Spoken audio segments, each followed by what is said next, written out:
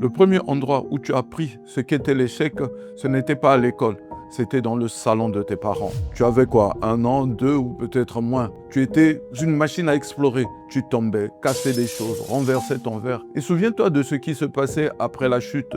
Les yeux qui s'écarquillent, la voix qui monte. Fais attention, tu vas te faire mal. On protège, on s'inquiète, on dramatise, on attire l'attention sur le danger, rarement sur le courage d'avoir essayé. Et là, ton petit cerveau reptilien a enregistré une équation simple. Quand je réussis, on me sourit. Quand je tombe, on s'inquiète. Essayer, c'est risquer de décevoir. Les neurosciences ont prouvé que l'amygdale cérébrale grave les associations émotionnelles avant le langage. L'enfant apprend donc que tomber, c'est une alarme relationnelle avant même de comprendre pourquoi.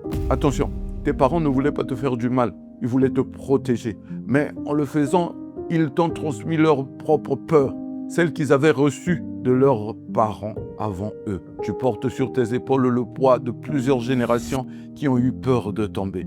C'est pour cela qu'adulte, quand tu lances un projet ou quand tu veux essayer de faire quelque chose, tu ne vois pas un business, tu vois le regard déçu de ton père. Tu ne vois pas une opportunité, tu ressens la peur de ta mère qui te disait de faire attention. Ils t'ont appris à marcher, puis ils t'ont appris à avoir peur de tomber. Mais souviens-toi, leurs peurs ne sont pas les tiennes. Tu peux les aimer et choisir autre chose.